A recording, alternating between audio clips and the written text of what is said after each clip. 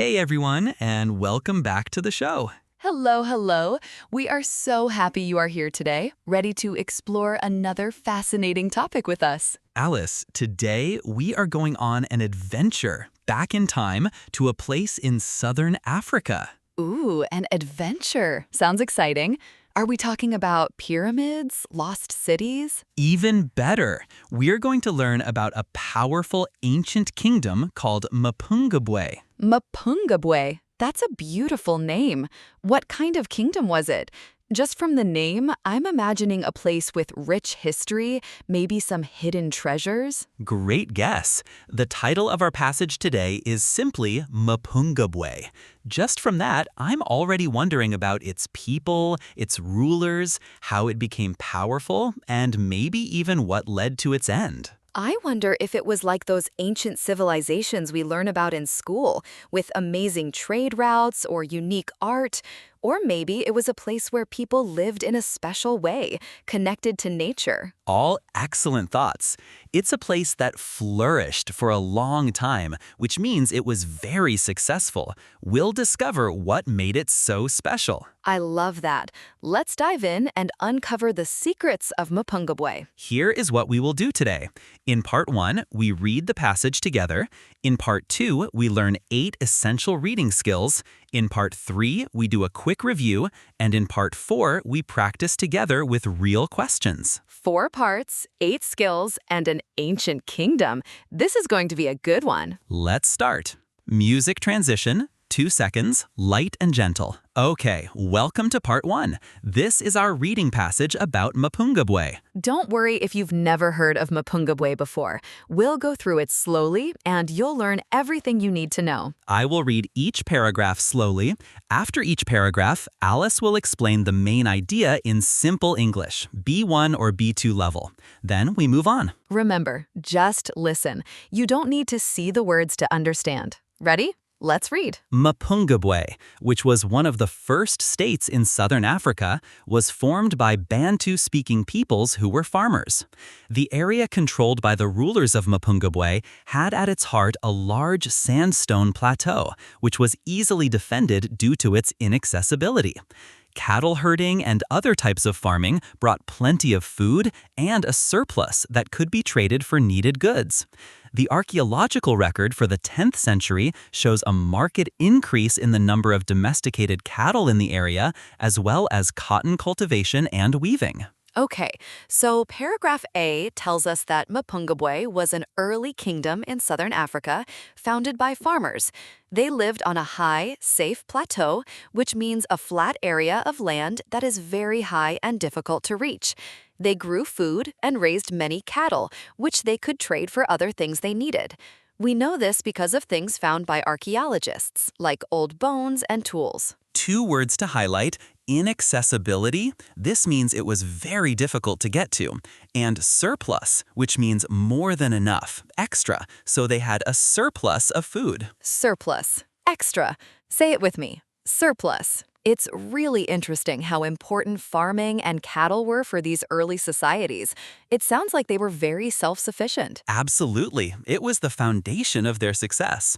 Let's continue. Music transition. 1 second. The total population of Mapungubwe at its peak in the mid-13th century was around 5,000 people. The king and his advisors dwelt in a stone enclosure on the highest level of the community's territory, a natural sandstone hill. The rest of the community lived in mud and thatch housing spread out below the hill. This settlement, known as Babanyanalo, covers around 5 hectares and predates the hilltop structures. Okay, so paragraph B tells us that the king and his advisors lived on a stone enclosure on the highest level of the community's territory, a natural sandstone hill. The rest of the community lived in mud and thatch housing spread out below the hill. This settlement, known as Babanyanalo, covers around 5 hectares and predates the hilltop structure. So, paragraph B gives us a picture of the city. At its busiest time, about 5,000 people lived there. The king and his advisors lived in a special stone area on top of a very high hill, making it very safe. Everyone else lived in simpler houses, made of mud and straw, down below the hill. Dwelt is a slightly older word for lived, so the king dwelt means the king lived, and predates means it was built earlier than something else. So the lower town predates the hill structures, meaning the town existed before the king's home on the hill. So the common people were there first. That's a fun detail. Quick recap. Paragraph A was about how Mapungubwe started with farming and trade. Paragraph B described the layout of their city and its population. Music transition, 1 second. The kings of Mapungubwe were buried at the top of the hillside in a demarcated area away from the dwellings. There were some grander residences dotted around the outskirts of Babandianalo, and these probably belonged to male relatives of the king. There are many other smaller but still impressive sites across the Mapungubwe Plateau, which are located anywhere from 15 to 100 kilometers from the major hill site. Okay, paragraph C tells us about the important people and where they were buried or lived. The kings were buried in a special, marked area on top of the hill. And some of the king's family members, like his male relatives, lived in bigger houses in the main town, Babandanalo. There were also smaller, important sites further away, probably for local leaders who worked for the king. Demarcated means clearly marked or separated, so a demarcated area is a special marked place. Residences simply means homes or houses. Quick question for you. Who lived in the grander residences mentioned in this paragraph? Just have a think. Pause 2 seconds. The answer is male relatives of the king. Did you get it? Nice. Music transition, 1 second. The Mapungubwe Plateau has a very high number of carnivore animal remains and ivory splinters, suggesting that the skins of these large animals and ivory elephant tusks were accumulated, probably for trade with coastal areas. The presence of glass beads, almost certainly from India, indicate there was trade of some sort with other states on the coast, who, in turn, traded with merchants traveling from India by sea. Mapungubwe also benefited from the gold trade as it passed from the Kingdom of Great Zimbabwe to the coastal city of Kosala. Paragraph D is all about trade. Mapungubwe was a trading hub. They traded animal skins and elephant tusks, also called ivory, with people near the coast. They also got glass beads from India, probably through other coastal cities. And they were part of a big gold trade route, getting gold from Great Zimbabwe and sending it to cities like Kosala. So they were very connected to the wider world. Carnivore means a meat-eating animal. Ivory is the hard white material from an elephant's tusk. A merchant is a person who buys and sells goods, especially in large amounts. Music transition, 1 second. Archaeological discoveries reveal that pottery was produced on a scale large enough to suggest the presence of professional potters. Archaeological finds include spherical vessels with short necks, beakers, and bowls, many of which have decorative stamps. There are also ceramic discs and whistles. In addition, cattle, sheep, and goat figurines and small figures of highly stylized humans with long bodies and short limbs have been found. The figures may have been used in ceremonies as offerings to ancestors, but their precise function is not known. Other discoveries include small jewelry items made from locally sourced copper. Paragraph E is about the art and crafts of Mapungubwe. They had professional potters who made many beautiful things, like bowls and whistles, often with decorations. They also found small statues called figurines of animals and people. These human figures had a special artistic style, with long bodies. We don't know exactly why they made them, but maybe they were used in special religious ceremonies for their ancestors. They also made small pieces of jewelry from copper. Artifacts are objects made by humans, usually from a long time ago. A scepter is a fancy stick held by a king or queen as a symbol of power. The kingdom of Mapungubwe was already in decline by the late 13th century, probably because overpopulation placed too much stress on local resources, a situation that may have been brought to a crisis point by a series of droughts. Trade routes may also have shifted northwards. Certainly, the areas that now prospered were to the north, such as Great Zimbabwe. Finally, paragraph G tells us that Mapungubwe started to weaken by the end of the 13th century. This was probably because too many people lived there, which used up all the local food and water. This problem got worse because of many dry periods, called droughts. Also, the important trade paths changed and went to other places, like Great Zimbabwe, which then became more powerful. Decline means to become less in amount, strength, or number. Droughts are long periods of time when there is little or no rain. Okay, that is the full passage, 7 paragraphs. Let's quickly remember the main idea of each paragraph. Paragraph A, the beginning of the kingdom, farming and trade. Paragraph B, the city layout and population. Paragraph C, burial sites and king's relatives. Paragraph D, trade with other regions. Paragraph E, pottery, figurines, and crafts. Paragraph F, gold artifacts and their discovery. Paragraph G, the reasons for Mapungubwe's decline. So, that was our passage about Mapungubwe. How did you feel? Did you get the main points of each paragraph? If you didn't catch everything, that is completely normal, especially if you were half listening while doing something else. The goal was just to get the general shape of each paragraph. Beginning, city life, burials, trade, crafts, gold, and decline.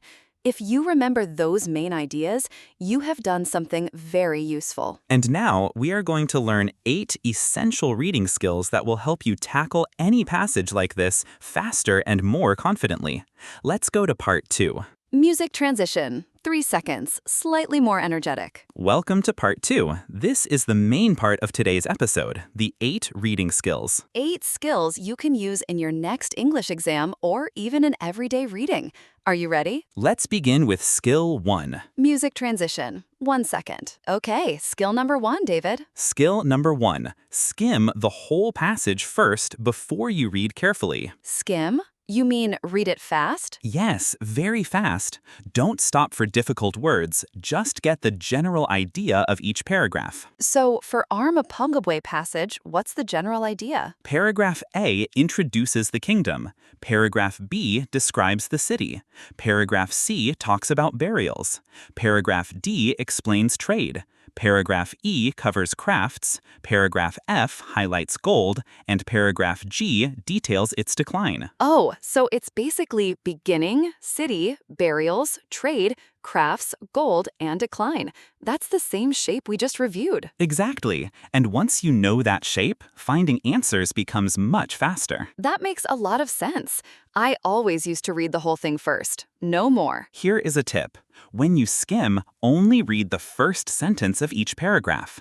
That sentence usually tells you what the paragraph is about. Say this with me. Skim first. Skill number 2.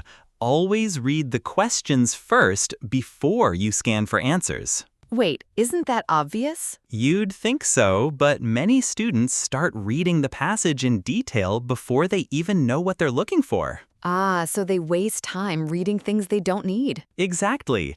If the question asks about gold artifacts, you already know which words to look for. So the question guides the reading, not the other way around. Perfectly said. The question is your map. Read the map before you start walking. The question is your map. Say it with me. The question is your map. Pause 1 second. Music transition, 2 seconds. Okay, skill 3. Scan for keywords.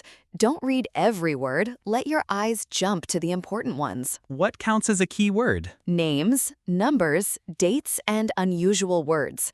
For example, in our passage, Mapungubwe, Limpopo River, 11th and 13th century, 5,000 people, Babandanalo, Great Zimbabwe, Kosala. So if a question asks about Great Zimbabwe, I just scan for those capital letters? Exactly. Your eyes move down the page quickly, like a camera, looking for the important things. Like a camera. My eyes are a camera. I love that. Numbers and dates are always easy to spot. If a question mentions 13th century, your eyes will find it very quickly. All right, quick pit stop. So far we've got skim first, questions are your map, and now eyes like a camera. 3 down, 5 to go. You know, thinking about Mapungubwe and its history, it makes you wonder how many other amazing ancient kingdoms are still out there, waiting to be discovered. It's like history's always being written, even by archaeologists. That's a great thought, Alice. The past is always revealing new secrets. Okay, back to skills. Music transition, 2 seconds. Skill 4 is a really useful one. Watch for paraphrasing. What do you mean by paraphrasing? The question will almost never use the exact same words as the passage. It will use synonyms instead. Can you give me an example from our Mapungubwe passage? Sure. The passage says, cattle herding and other types of farming brought plenty of food and a surplus that could be traded for needed goods. A question might say, agricultural produce being exchanged for other items. Oh, cattle herding and farming becomes agricultural produce, and traded for needed goods becomes exchanged for other items. Exactly. Same meaning, different words. That sounds hard. It gets easier with practice, honestly. The skill is simply, don't look for the same words, look for the same meaning. Say that again, David. I want to remember it. Don't look for the same words, look for the same meaning. Don't look for the same words, look for the same meaning. Say it with me. Don't look for the same words. Music transition, 2 seconds. Skill 5. Find the topic sentence. Usually, the first sentence of a paragraph tells you what the whole paragraph is about. So in paragraph G, the first sentence says, the kingdom of Mapungubwe was already in decline by the late 13th century. Right. So immediately, you know this paragraph is about the end of Mapungubwe. So I don't need to read the whole paragraph carefully unless the question is about why it declined. Exactly right. The topic sentence is like a sign on a door. It tells you what is inside before you open the door. Let's practice. Listen to this first sentence. What is the paragraph about? Archaeological discoveries reveal that pottery was produced on a scale large enough to suggest the presence of professional potters. Pause 2 seconds. The paragraph is about pottery and crafts. That is paragraph E. Did you get it right? Music transition, 2 seconds. Skill 6 is the one that trips learners up the most, but it's really just a small logic puzzle. True, false, not given questions. Oh no, I always get confused with not given. Everyone does it first. Here is the key difference. True means the passage says the same thing as the statement. False means the passage says the opposite. Not given means the passage simply does not mention it at all. So not given does not mean false. It just means the passage is silent. No information. Exactly. The passage is silent. Say it with me. The passage is silent. And here's a little trick this question type likes to play. Sometimes the statement says all or always, but the passage only talks about some. That's usually a false. The statement went too far. Ooh, so watch out for words like all, every, always, never. Good tip. Okay, let me test you. Here is a statement based on paragraph B. All the people in Mapungubwe lived on the hilltop. Paragraph B says the king lived on the hilltop, but the rest of the community lived in mud and thatch housing spread out below the hill. So the statement says all, but the passage says only some. That is false. Correct. Now try this one. Based on paragraph C, a wooden bridge connected the king's burial site to the lower town. Paragraph C mentions a wooden staircase connected the two levels, but it doesn't say bridge. It's similar, but not the same. Wait, it also doesn't say it connected the burial site to the lower town. The passage doesn't mention a wooden bridge specifically connecting the burial site to the lower town. So the answer is? Not given. The passage is silent about a bridge. Perfect. You just used skill 6 correctly. Music transition, 2 seconds. Skill 7, manage your time. If one question is taking too long, skip it and come back later. But isn't it bad to leave a question unanswered? It's worse to spend 5 minutes on one hard question and lose time for 5 easy ones. Oh, so one hard question can cost you many easy points. Exactly. Always guess something, mark it, and move on. You can come back at the end if you have time. A good rule of thumb, roughly 1.5 minutes per question.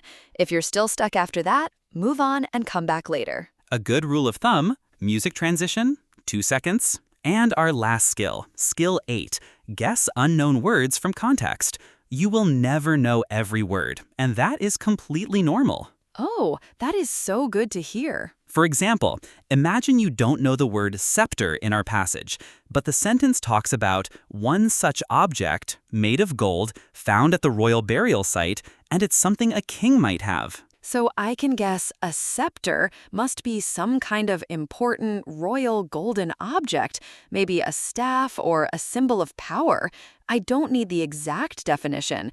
I just need enough to understand its role. Exactly. Context is the words around the unknown word. Use those words as clues. Say this with me. Use context clues. And that is skill 8, and all 8 skills done. Wow, 8 skills. That was a lot. But I feel much more confident now about tackling a passage like Mapungubwe. You should. These are real, practical skills that every good reader uses. And the important thing is, these skills work together. Skim, read the questions, scan for keywords, watch for paraphrasing, topic sentence, true, false, not given, time management, context clues. They are a team. All 8 working together. Let's go review them quickly. Before we move on to part 3, David, where can students practice these reading logic skills? Definitely check out IELTSlogic.com. It offers full reading passage breakdowns, listening practice, and speaking logic training. That's awesome! Built by system architects to sharpen your analytical thinking. Visit IELTSlogic.com today. Welcome to part 3. Quick review, no pressure, just a fun recap. I will say the skill number, Alice says the skill name. Ready? Ready. I will remember all 8. Watch me. Okay, Alice, I'm gonna quiz you. Skill 1. What do we do first? Read every word very carefully? No, that's the opposite. Skim first. Get the big picture. Right. Skim first. I knew that. Okay, my turn. Skill 2. Skill 2. Read the questions before you scan. Excellent. And skill 3, what are our eyes like? Like a camera. Scan for keywords, not full sentences. Perfect. Skill 4, what's the big trick the exam likes to play? Paraphrasing. Don't look for the same words, look for the same meaning. You got it. How about skill 5? Find the topic sentence in each paragraph. And skill 6, the one everyone gets confused by? True, false, not given.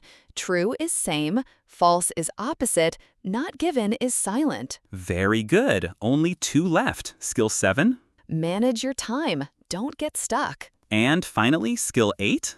Guess unknown words from context. Use those clues. 8 skills. I think I got them all this time. Well, almost. You nearly said read every word at the start. That one doesn't count. I was warming up. Now, if you feel like it, try saying all 8 out loud yourself. No pressure. Even remembering 4 or 5 is great. However you did, that is genuine progress. 8 skills reviewed, quickly and clearly. Remember, you don't need to memorize the names. You need to do them. Skills are actions, not words. Alice, a quick reminder for our listeners before we head into part 4. Yes. For complete reading sentence analysis, synonym replacements, and solution pathways, head over to IELTSlogic.com. It's designed by IELTS experts to help you build clear logic. Check out IELTSlogic.com and boost your score. Now, the most important part, putting the skills into action. Let's go to part 4. Music transition. 3 seconds, focused and calm. Welcome to part 4. Practice time. We are going to use our passage about Mapungubwe. Remember? The one about the beginning, city life, burials, trade, crafts, gold, and decline. And I will ask you real exam-style questions. Try to answer before we give you the answer, if you can. Say it out loud if you like. No pressure, though. Just listening carefully works too. After each question, we pause. Then we go back to the passage, look at the exact line, and explain the answer. Music transition. 1 second. Let's start with matching headings. Which paragraph contains the following information? Question 14. A mention of the uncertainty regarding the purpose of certain objects. Pause 5 seconds. For this, let's go to paragraph E. It says, the figures may have been used in ceremonies as offerings to ancestors, but their precise function is not known. The phrase not known clearly shows uncertainty, so the answer for question 14 is E. This is a good example of looking for exact phrases that match the meaning. Music transition. 1 second. Question 15. The likelihood that a climatic factor increased the problems Mapungubwe faced. Pause 5 seconds. Let's look at paragraph G, which discusses the decline of Mapungubwe. It mentions that the situation may have been brought to a crisis point by a series of droughts. Droughts are a climatic factor, meaning something related to the weather or climate. So the answer for question 15 is G. This shows how a specific key word, like droughts, can point you to the right paragraph. Music transition. 1 second. Question 16. A mention of the location where members of the king's family are thought to have lived. Pause 5 seconds. For this, we go to paragraph C. It states, there were some grander residences dotted around the outskirts of Babanyanalo, and these probably belonged to male relatives of the king. Male relatives of the king are members of his family, and grander residences tells us where they lived. So the answer for question 16 is C. This is about finding the specific group of people and their living situation. Music transition. 1 second. Question 17. A reference to people who brought goods by ship. Pause 5 seconds. Let's go to paragraph D, which is all about trade. It says, merchants traveling from India by sea. People who travel by sea are bringing goods by ship. So the answer for question 17 is D. This is a clear example of paraphrasing. By sea meaning by ship. Music transition. 1 second. Question 18. An estimate of the size to which the Mapungubwe community grew. Pause 5 seconds. This takes us to paragraph B. It explicitly states, the total population of Mapungubwe at its peak in the mid-13th century was around 5,000 people. This is a direct estimate of the community's size. So the answer for question 18 is B. Scanning for numbers, like 5,000, helps here. Question 19. A mention of agricultural produce being exchanged for other items. Let's head back to paragraph A. It mentions cattle herding and other types of farming brought plenty of food and a surplus that could be traded for needed goods. Cattle herding and farming is agricultural produce, and traded for needed goods is being exchanged for other items. This is a perfect example of paraphrasing. So the answer for question 19 is A. Music transition. 1 second. Okay, let's try a different type of question now. This time, multiple choice. You need to choose 2 letters. Questions 20 and 21. The archaeological record reveals information about gold and the kingdom of Mapungubwe. Which 2 pieces of information are mentioned by the writer? A. Not everyone in Mapungubwe used gold as a form of payment. B. Items of gold were placed close to where Mapungubwe kings were buried. C. The most valuable item discovered in Mapungubwe was a scepter made of gold. D. The way gold was decorated in Mapungubwe was also practiced in another kingdom. E. Working with gold was a respected occupation in the Mapungubwe community. Pause 8 seconds. Let's go to paragraph F, which is about gold. For option B, the passage says, these objects were all found at the royal burial site. The royal burial site is where kings were buried, so this is true. For option D, it mentions a type of decoration found nowhere else except Great Zimbabwe. This means it was also practiced in another kingdom. This is also true. So the 2 correct answers are B and D. Let's quickly look at why the others are wrong. Option A, the passage doesn't mention if gold was used as payment by everyone, so this is not given. Option C, the passage says one such object that has been discovered may have been a scepter, but it doesn't say it was the most valuable, so this is not given or even false because it makes a claim not supported. Option E, the passage talks about gold working but doesn't mention if it was a respected occupation, so this is not given. This shows how important it is to find direct evidence in the text. Music transition. 1 second. Great job with those. Now, let's move on to a summary completion task. Remember to use one word only from the passage for each blank. Complete the summary below. Archaeological discoveries. The Mapungubwe community's 22 blank is indicated by the amount of professionally made pottery discovered at the site.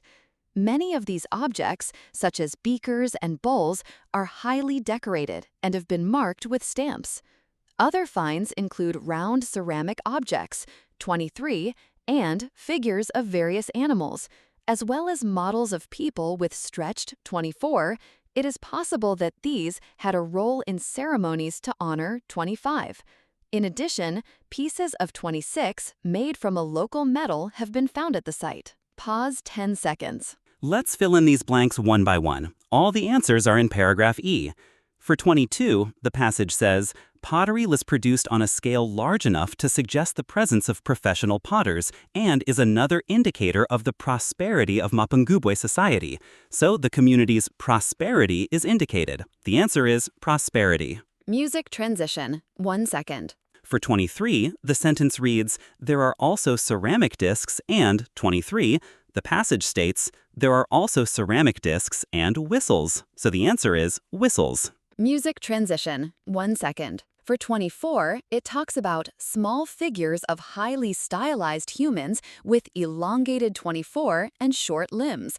The passage says, small figures of highly stylized humans with elongated bodies and short limbs. So the answer is bodies. Music transition. 1 second. For 25, the sentence says, it is possible that these had a role in ceremonies to honor 25. The passage mentions, the figures may have been used in ceremonies as offerings to ancestors. So the answer is ancestors. Music transition. 1 second. And finally, for 26, the summary mentions pieces of 26 made from a local metal.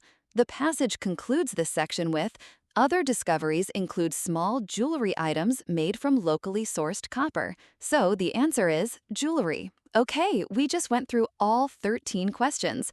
David, let me ask, what skills did we actually use today? Great question.